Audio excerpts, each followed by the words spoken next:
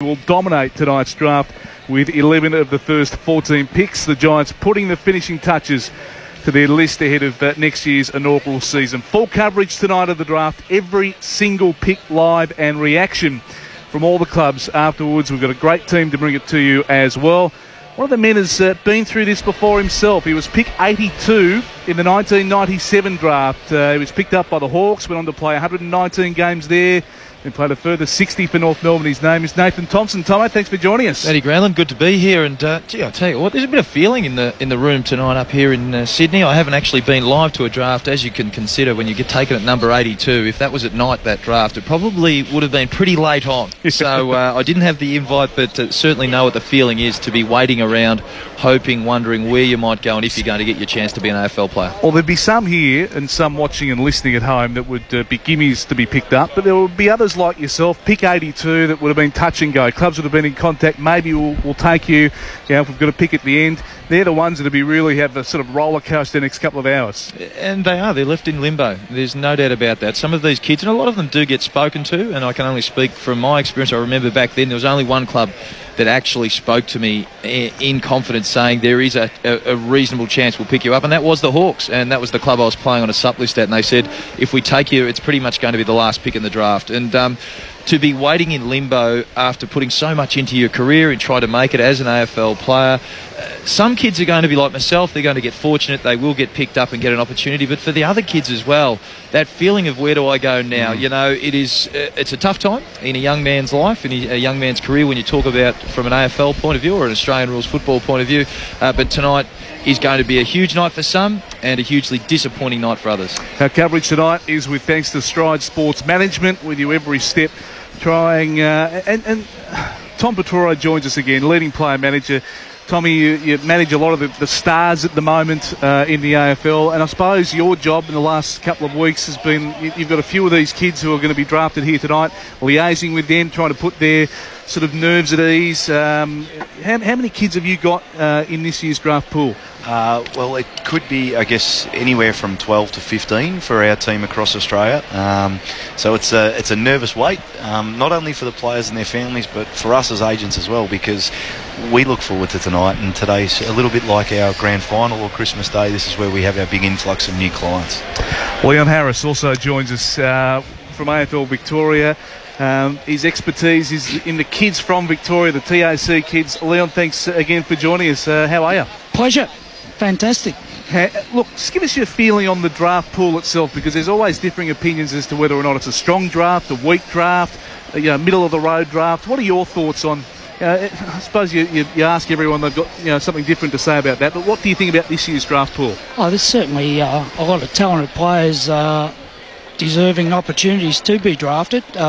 Naturally, your best under-17s have gone from last year, so the top 12 of the national pool was taken away. But certainly there's talented players, and we certainly think there's talented players that will get opportunities as a rookie as well. So it's not only tonight being the main draft, and naturally players want to be picked up at this stage, but there's a lot of players that will come through the rookie draft that will make fantastic careers. Now, the format tonight, the first round has already been picked behind closed doors for the television coverage, so all those kids know where they're going, and we will find out here on the radio very soon, and then we get into the live picks. It's a lot about the kids tonight, Tomo, but it's also about some of the recycled players. The biggest name of all, I suppose, is Brendan Favola.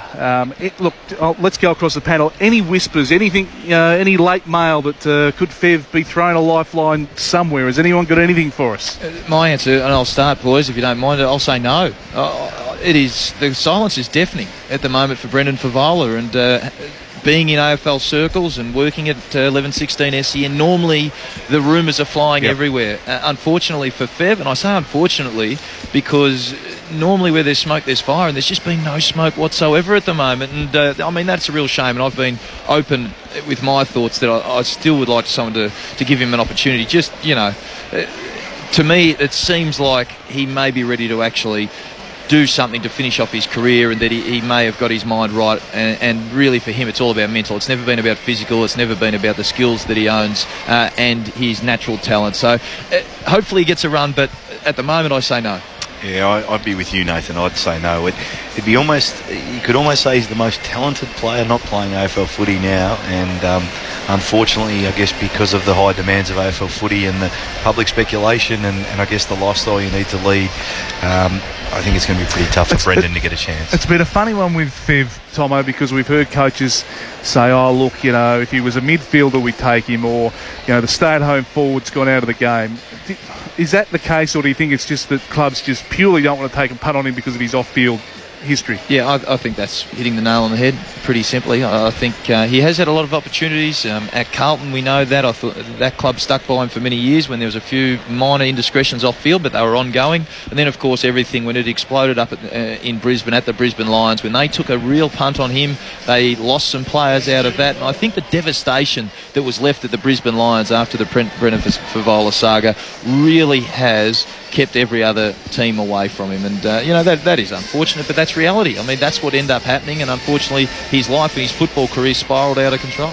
Well, he is not the only recycled player to nominate for the draft. There's also the likes of Nathan Ablett nominated. He was talked about today by Cameron Mooney, and the two that we're hearing that will probably get drafted, Adam Marriage from the former Melbourne player, might get picked up by the Tigers, and Satantaro Halpin.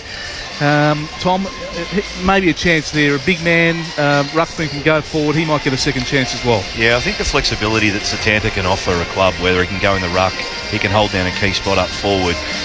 You could see that somebody having a need for that. He's pretty fit, obviously a pretty good character. And I guess if you lose a ruckman and you need with the three men on the bench now, if you can get someone who can play ruck forward or ruck back, you'd hope that Satanta gets a chance. Number one draft pick, Leon, and most people think it'll be young Patton, the big centre-half forward that Greater Western Sydney will full forward, key forward that Greater Western Sydney will basically build a forward line around in the next decade. Or young Stephen Caniglio, might be him as well, but they'll certainly go 1-2, you would have thought. Just on Patton, I mean, everyone talks about can a particular personality cope with being the number one draft pick. What sort of a kid is he? Oh, he's an outstanding kid, and I've been fortunate today that I've been on a flight on a bus.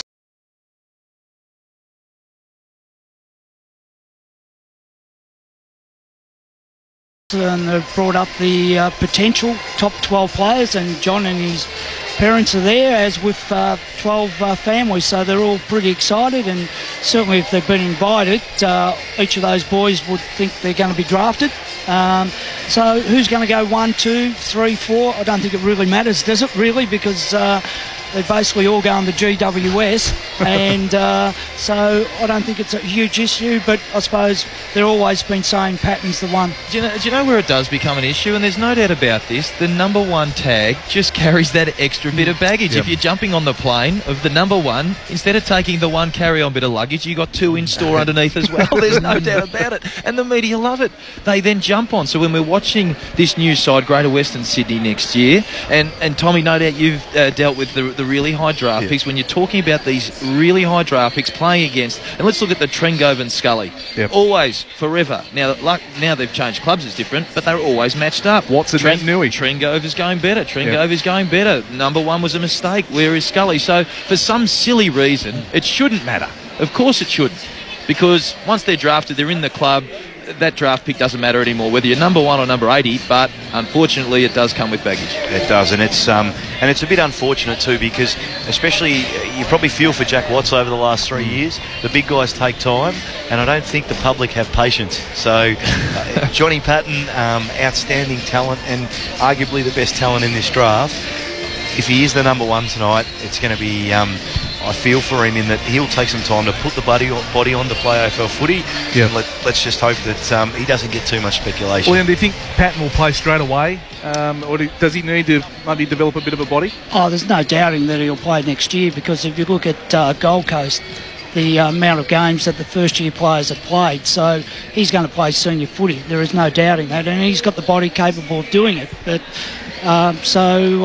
he will. Just talking about Big John Patton, is he similar to Tom Hawkins? I remember watching Tom Hawkins in the Vic Metro or the Vic Country under-18 competition, and seeing the size of him, the physical size of him, he just looked like he was ready to go, yet he still took time. Is John Patton in that sort of vein? He's a little bit more mobile than what a Tommy Hawkins was at the same time, but he's certainly pretty agile on that. No, he's got certainly a huge future. There's no doubt in that. And number 2 will probably be, if Patton goes 1, is Caniglio, who you manage. Tom, tell us a little bit about. And is that how you pronounce his name, Caniglio? No, it's Stephen Caniglio. Caniglio. Yeah. Okay. So the G silent. He's an inside-out midfielder, so he can play inside, he can play outside. He's got great speed. He gets away from the contest. Outstanding leader. Won the Lark Medal for the best player in the National Under-18 Championships. Captain WA, and he also had a big choice to make because he had a Western Australian Cricket Association contract on the table as well, and chose to play footy after knocking back, underage Australian honours. Geez, I've got not a bad midfield to start with. You've got Tom Scully, you've got Callan Ward, Caniglio, who everyone says will play straight away. They're going to pick up another batch of midfielders. Then you've got some of those older blokes coming in with Luke Power and McDonald. So not a bad little midfield to begin with for Greater Western Sydney. Yeah, for sure. It really does.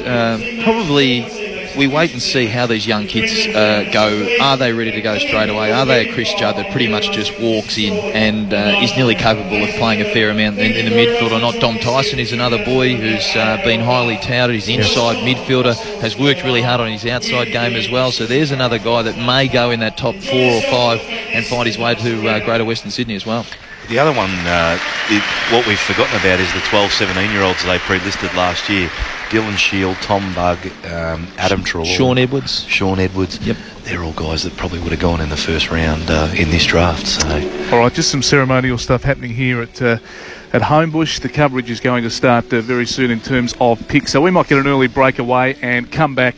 And, of course, all this is being streamed on afl.com.au. So we welcome you from wherever you're listening around the world, around Australia, and, of course, on 1116 SEN with thanks to Stride Sports Management with you every step of the way. We will take a break and we will come back. The 2011 National Draft is not too far away. For Stride Sports Management, with you every step, the 2011 NAB AFL Draft on 1116 SEN, Melbourne's home of footy. Binks Ford is celebrating the all-new Ford product range. Take delivery of a new Binks Ford by November 30 and get a free 50-inch plasma TV. Drive the all-new range of trucks. Experience new Territory Diesel along with great deals on the Falcon range, plus the super smart all-new Ford Focus. Hurry for your free 50-inch plasma until the end of November only. Binks Ford, Ballarat Road, Deer Park, or binks.com.au. Private buyers only, LMCT 1414.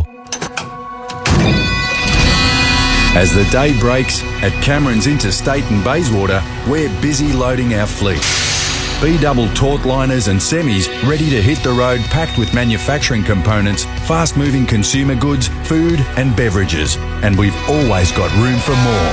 1 pallet or 100, who can get your goods delivered interstate and door-to-door? Cameron's can. Call 9729 9988 or visit camerons.com.au. Having a drink is fine. But when your drinking starts to affect your work and hurt your family, that's not fine. When your addiction is controlling you, it's time to call Dayhab. Dayhab is an intensive 2-week addictions rehabilitation day program that won't take you away from your family. There are no waiting lists and new programs start every Monday.